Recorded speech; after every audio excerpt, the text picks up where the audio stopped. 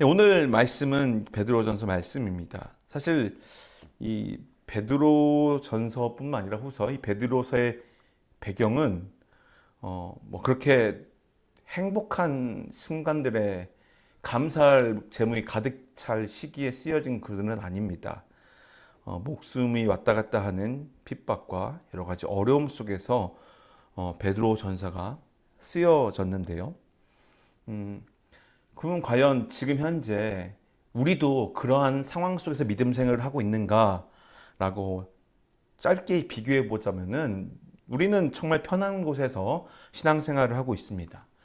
여전히 동성애에 문제가 있어서 주례를 서거나 또 교회에서 어떤 그 성에 대한 부분에서 말할 때 어느 주는 혹은 어느 카운티는 약간 반발이 있는 곳도 있습니다. 사회적 이슈가 겹쳐있기 때문에 그래요. 하지만 우리가 예수를 믿는다고 해서 성경책을 가지고 다닌다고 해서 생명의 위협을 받는 나라에 살고 있지는 않습니다. 지금 우리가 살고 있는 이 미국 땅뿐만 아니라 대한민국도 마찬가지입니다. 그것 하나만으로도 우리는 믿음 생활을 하고 있다는 것에 대해서 감사할 이유가 생기는 것을 우리는 다시 한번 기억해야 합니다. 그런데 제가 이번 주에 한 책을 계속 읽고 있습니다. 그 책에서 저에게 한 울림을 주었어요. 그래서 그 울림과 오늘의 이야기가 자연스럽게 이어지는데요. 그 책에서는 이렇게 물어보았습니다. 제가 아마 그 책을 계속 읽기 때문에 앞으로 몇 주 설교에서 그 부분에 대한 이야기를 많이 언급할 것 같은데 아주 심플한 간단한 질문이었습니다. 왜 예수님을 여러분 믿고 계십니까?예요. 왜 당신은 예수님을 믿습니까? 무엇 때문에 예수님을 믿습니까? 그 책에서 나온 예화가 이겁니다. 한 직장 생활하는 사람이 신앙생활을 잘하고 있는 사람이에요. 그런데 이분은 사회적에 대해서 정의와 공의를 강하게 어필하는 사람입니다. 본인의 SNS에 사회의 부조화 또 교회가 보이는 안타까운 모습들에 대해서 늘 날선 비판을 하던 분이었답니다.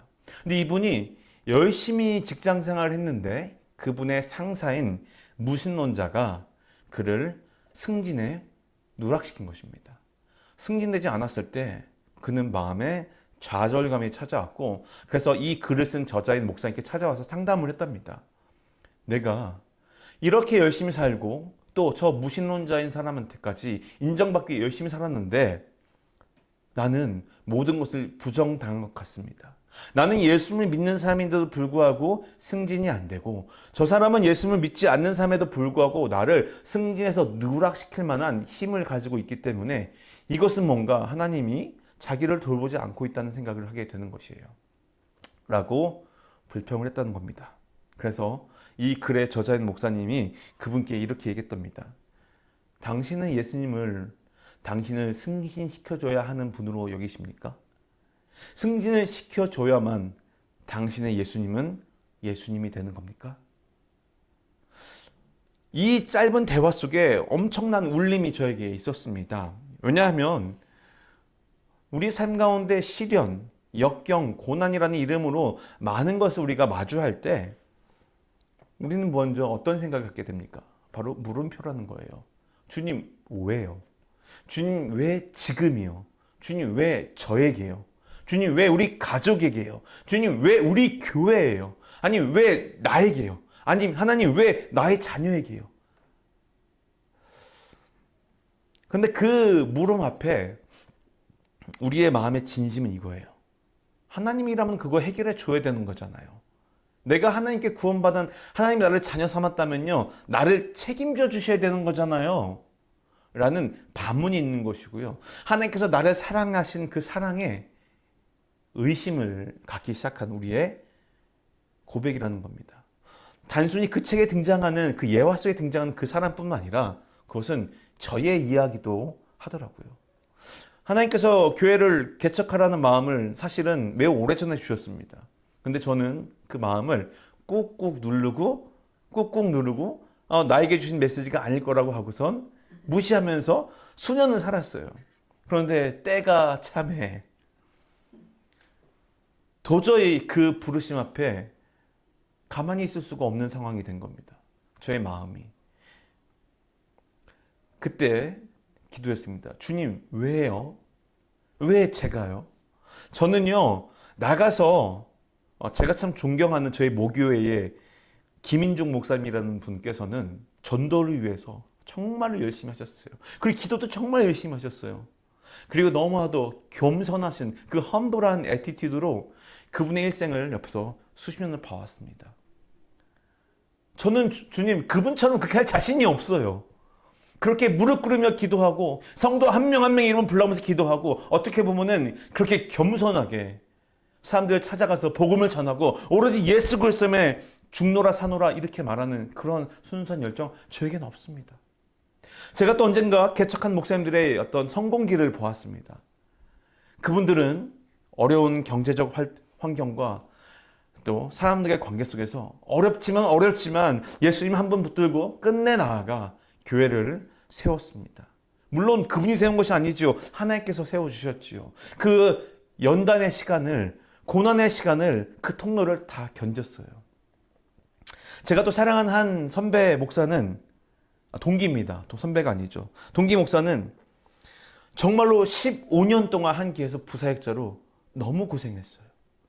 그분의 사연을 옆에서 듣고자 하면은 와, 우리가 기독교 복음을 가지고 사는 그리스도인이지만 제가 농담 삼아 이런 말을 했어요. 형이 죽으면 몸에서 사리가 나오겠어.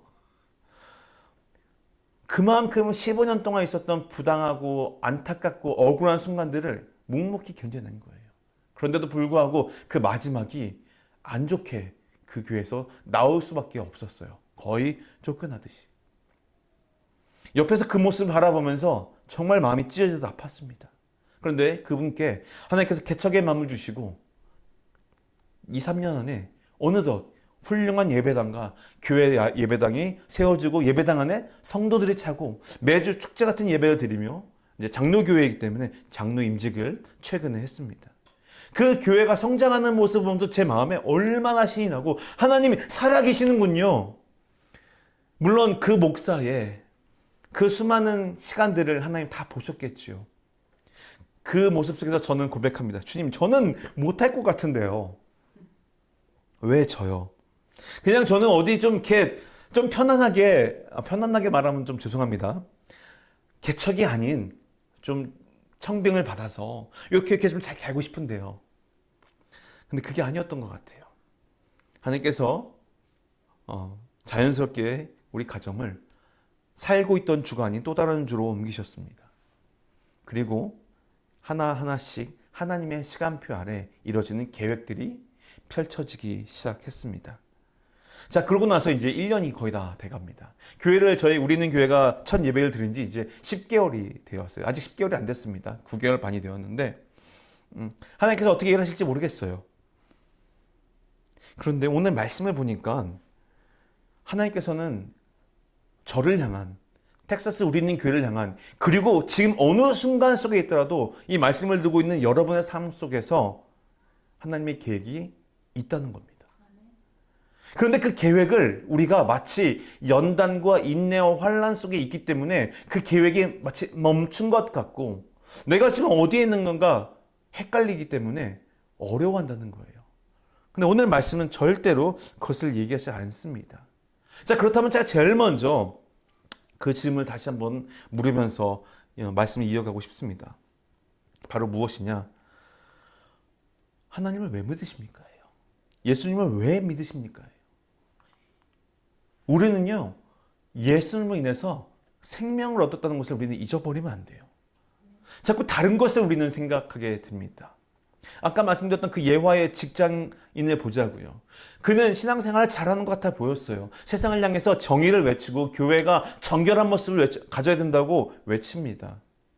그런데 정작 본인에게 있어서 본인을 죄의 길에서 생명의 길로 옮기신, 그냥 소망 없는, 빛 없는 어둠 가운데 내버려둔 그 어둠의 자녀가 아닌 이제 빛의 자녀로 부르신 예수님의 사랑을 잊어버린 거예요. 왜냐고요? 승진시켜주지 않았기 때문에. 이것은 마치 우리가 기도 제목을 가지고 기도할 때 그 기도가 이루어지지 않거나 내가 원하지 않는 뭔가 안 좋은 상황이 펼쳐졌을 때 제일 먼저 듣는 것은요, 나를 위해서 죽으신 예수님의 십자가 복음의 사건이, 그 부활의 사건이 생각나는 것이 아니라 당장 내 앞에 펼쳐지는 문제가 나에게 더 크게 느껴진다는 것입니다. 우리가 함께 오늘 찬양했던 그 노래의 가사가 있어요. 무엇이냐면 이겁니다. 매 순간 나에게 요구하시는 작은 믿음들이라는 거예요. 그리고 그곳에 바로 날 향한 계획과 섭리가 있다는 것입니다. 마치 우리는 믿음의 시련이, 고난이 없으면은 인생이 행복한 줄 안다는 거예요. 그런데 그런 것을 통해서 예수님 우리에게 계속 말씀하고 싶으세요. 뭐냐면은 내가 너를 구한 구원자다. 내가 너를 위해서 십자가에 죽었고 내가 너를 살리기 위해서 또한 무덤에서 일어났다. 이 생명은 단순히 육체적인 것뿐만 아니라 우리의 영적인 영원한 삶을 말한다는 거예요. 그래서 썩어서 없어질 이 육신의 기껏해 100년 사는 이 인생에 우리는 올인하고 있는 모습들이 순간순간 드러난다는 것입니다. 그래서 우리는 매 순간마다 혹 이것이 무엇일까? 나를 가로막는 무엇인가? 혹은 내 마음에 어려움이 있다면요. 이 순간 우리가 예수님 안에서 누리는 생명이 있다는 것을 먼저 집중하며 그 자리로 돌아가 영원한 소망과 하나님과의 관계의 회복을 다시 한번은 점검해야 돼요. 그것이 올바르게 되었다면은 사실은 좀 승진이 안 돼도 개척을 했는데 성도가 없어도 괜찮을 수 있다는 거예요. 왜냐면요, 내가 어둠 가운데 있는 사망의 백성이 아니라 빛 가운데 있는 그리스도의 구원받은 자녀가 되었다는 거기 때문에 그래요. 그 오늘 읽은 말씀에도 분명히 나와 있습니다. 우리 주 예수 그리스도의 하나님을, 아버지 하나님을 찬양합니다. 하나님께서는 그분의 풍성하신 긍휼을 따라 우리를 어떻게 했다고요? 우리를 거듭나게 하셨다는 거예요. 그래서 예수 그리스도를 죽은 사람들로부터 살리시어 산 소망을 얻게 하심으로, 이것이 지금 베드로가 그의 힘든 그 1세기 교회를 운영해 가면서 고백한 겁니다. 베드로가 성도들에게 주는 편지 이렇게 합니다. 우리 주 예수 그리스도의 아버지 하나님을 어떻게 한다고요? 찬양합니다. 내 목에 지금 칼이 들어와 있지 않기 때문에 찬양을 못하는 게 아니잖아요. 지금 이들은 어떻게 보면은 내 목에 칼이 들어올 상황이고요. 내가 들고 다니는 것이 성경책이라면은, 물론 지금 같은 성경책은 아니지만 그 쪽복음, 마태복음, 마가복음 이걸 가지고 들고 다니면서 본다면은 당장 끌려가 참수형을 당할 수 있습니다. 교회 예배드린다고 모일 때면 어떡합니까? 어렵지요. 그래서 문 앞에 물고기 사인을 붙여요. 몰래. 사람들이 알아볼까 봐. 지금 이들은 목숨 걸고 믿고 있어요. 근데 우리는 그렇지 않잖아요. 우리가 매 순간 사실 가장 먼저 회복해야 될 부분은요, 예수 그리스도에서 인해 얻은 그 구원의 선물이라는 거예요. 그것이 회복이 되면은, 승기 좀 안 되면 어때요? 개척을 했는데 성도가 없으면 어때요? 어차피 하나님께서 교회를 세우라고 하셨고 저는 순종했잖아요. 그러면 됐잖아요. 여러분 가운데 갑자기 교통사고가 났어요. 근데 몸이, 육신이 아파요. 물론 그 아픔 가운데 고통이 있고 힘든 것이 있습니다. 네, 잘했어요. 아이고, 잘됐네. 아니요, 그 말 아닙니다. 아프죠. 아프기 때문에 함께 위로해주고 함께 일어설 수 있도록 격려해줘야 되죠. 그러나 모든 상황이 예수 그리스도가 우리를 위해서 죽으셨다는 그 구원의 선물을 잊어버릴 만한 상황으로 변질되면 안 되는 것입니다. 예수님으로 인해서 얻은 생명을 늘 기억해야 된다는 것이에요. 두 번째로, 생명을 끝까지 지킬 수 있게 도우시는 하나님을 우리는 기억해야 됩니다. 왜 그런지 아십니까? 예수님께서 우리에게 구원을 보여주셨어요. 자, 그럼 끝이 뭡니까? 아니잖아요. 저는 목사로서 말씀을 보면서 이렇게 생각을 합니다. 한 번 받은 구원이 영원할 수 있다라고 믿기가 매우 어렵다는 걸요. 그렇다면 한 번 받은 구원이 취소되느냐? 그것도 역시 말하기가 어려워요. 왜냐면 그것은 저에게 관한된 어떤 해석의 여지가 아니라 모든 주권은, 구원은 하나님께 달려있기 때문에 그래요.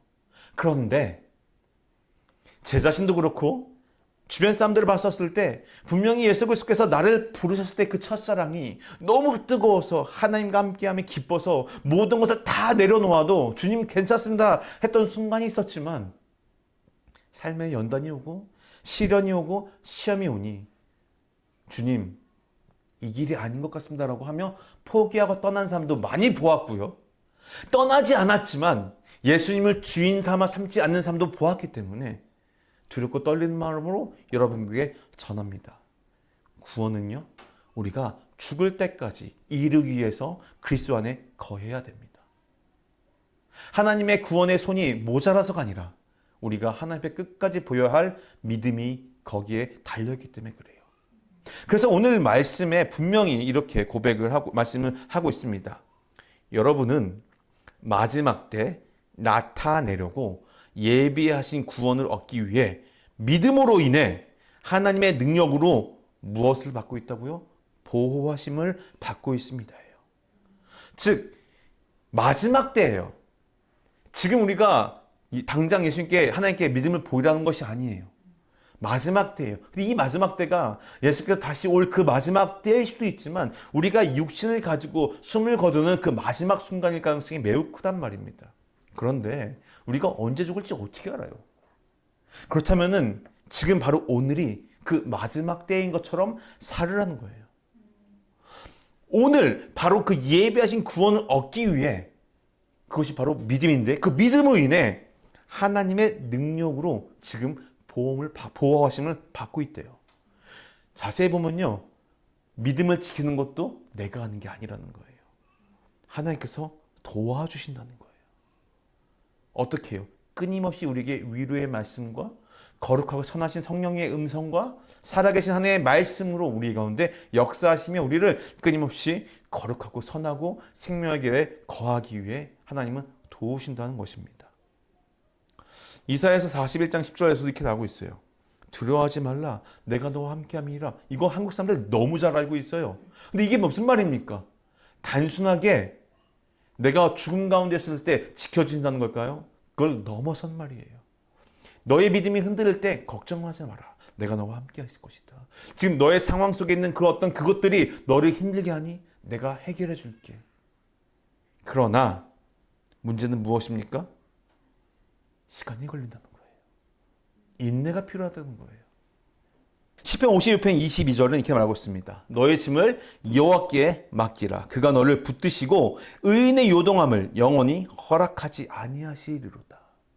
하나님께서 부르시는 그 의인, 하나님의 자녀들이 흔들리지 않게 어떻게 한다고요? 지켜주시겠다는 말씀입니다. 그러면은 이것은 무엇일까요? 우리가 고난 가운데 하나님은 도우시겠다는 거예요. 우리가 어려운 가운데 하나님 도와주시겠다는 거예요. 우리가 시험에 빠졌을 때 하나님은 도와주겠다는 거예요. 그러면은 뭐가 문제입니까? 우리가 도움을 누구에게 요청해야 된다는 거예요. 우리의 눈을 어디다 둬야 된다는 거예요.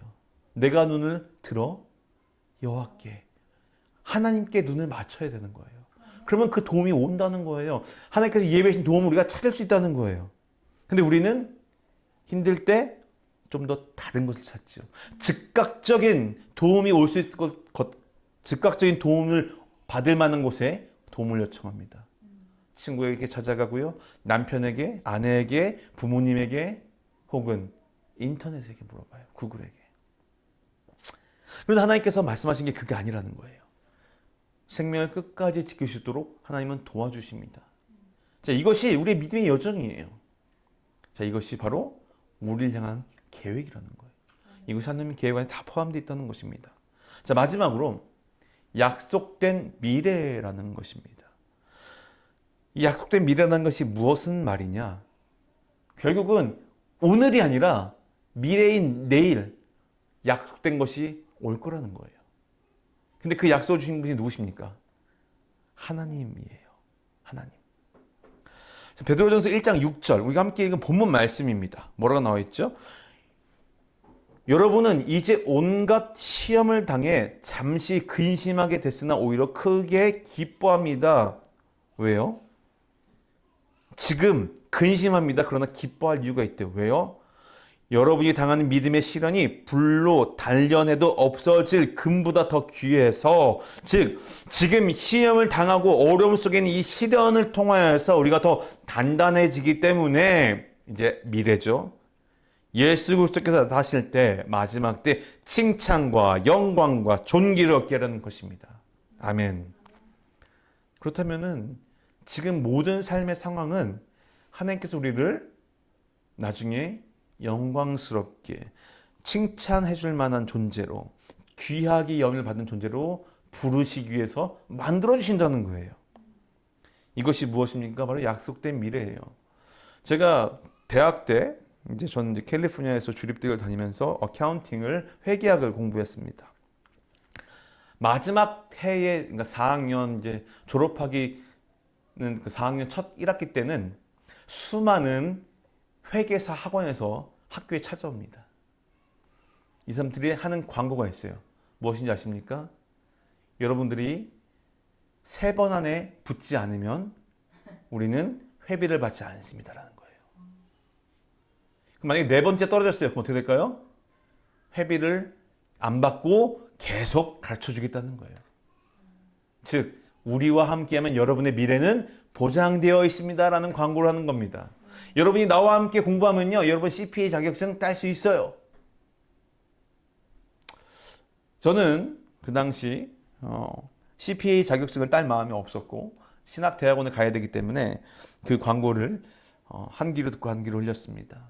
그러나 저와 함께 공부하던 많은 친구들은 그 학원에 등록을 하고 강의를 듣고 공부를 하고 CPA가 되었습니다. 나중에 물어봤어요. 어떠냐? 정말 잘 가르쳐 준대요. 그래서 자기는 한 번에 다 통과가 됐고 했다고 하더라고요. 그러면서 그 다음에 한 말이 있습니다. 한 번에 붙었더니 10%를 디스카운트를 해줬답니다. 학원비를요. 그리고 여러 가지 구글이나 이런 데서 좋은 리뷰를 남겨달라고 했다고 하더라고요. 이게 CPA 회사도 그렇게 합니다. 하나님께서 우리에게 기도하는 것이 바로 여기 있어요.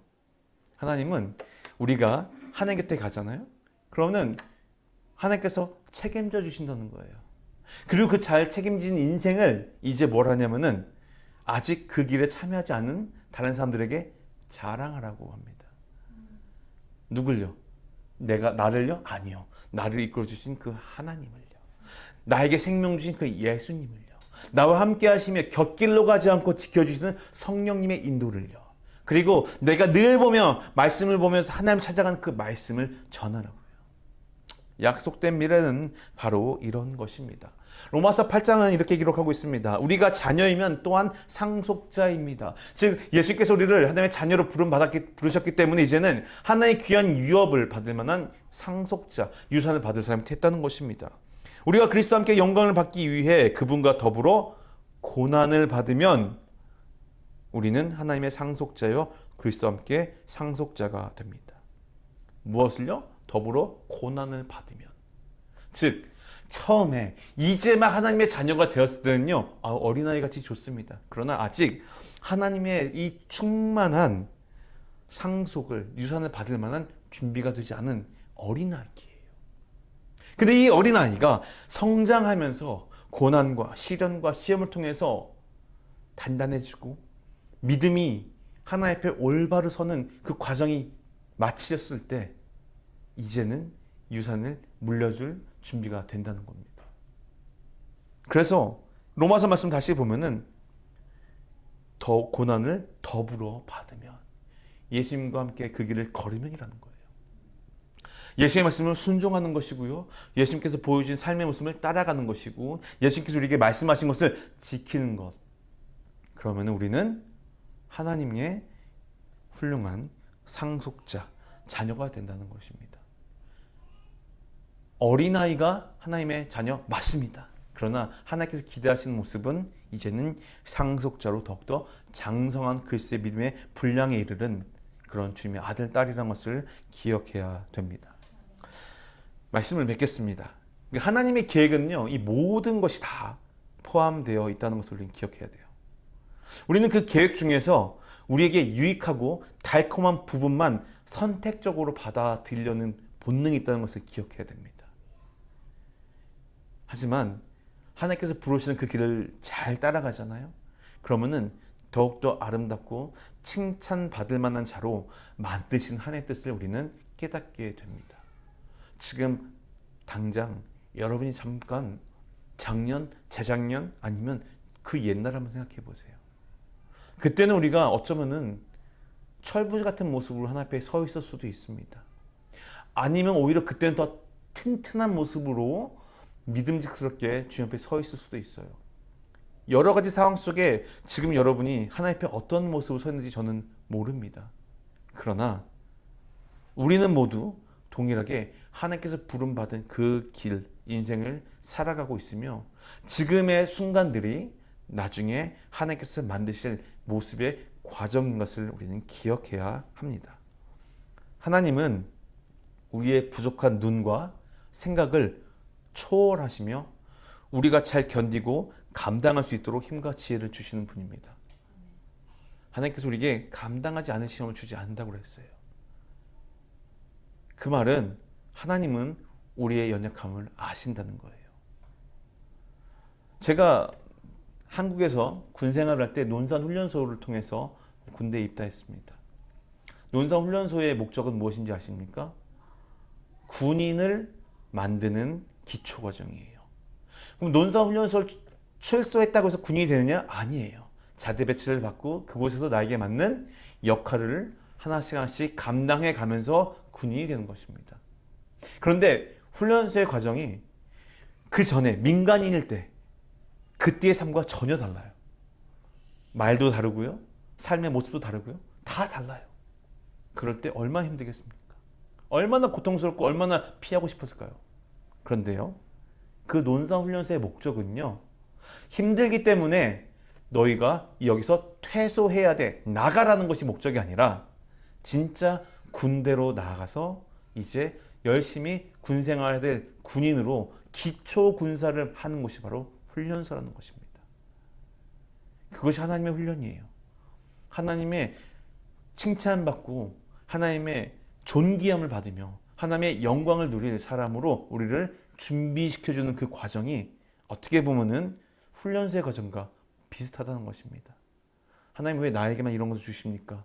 그러지 마시고 하나님 내가 이 과정을 통해서 어떻게 바뀔까요? 어떤 모습이 다듬어질까요? 어떤 부분이 더 튼튼해지고 어떤 부분이 더 단단해질까요? 그런 기대감으로 주님께 물으시며 나아가기를 주님의 이름으로 축원드립니다. 하나님께서 우리에게 주신 그 놀라운 계획을 신뢰하시고 오늘도 주님을 의지하는 삶을 살아가는 여러분 되시기를 간절히 축복합니다.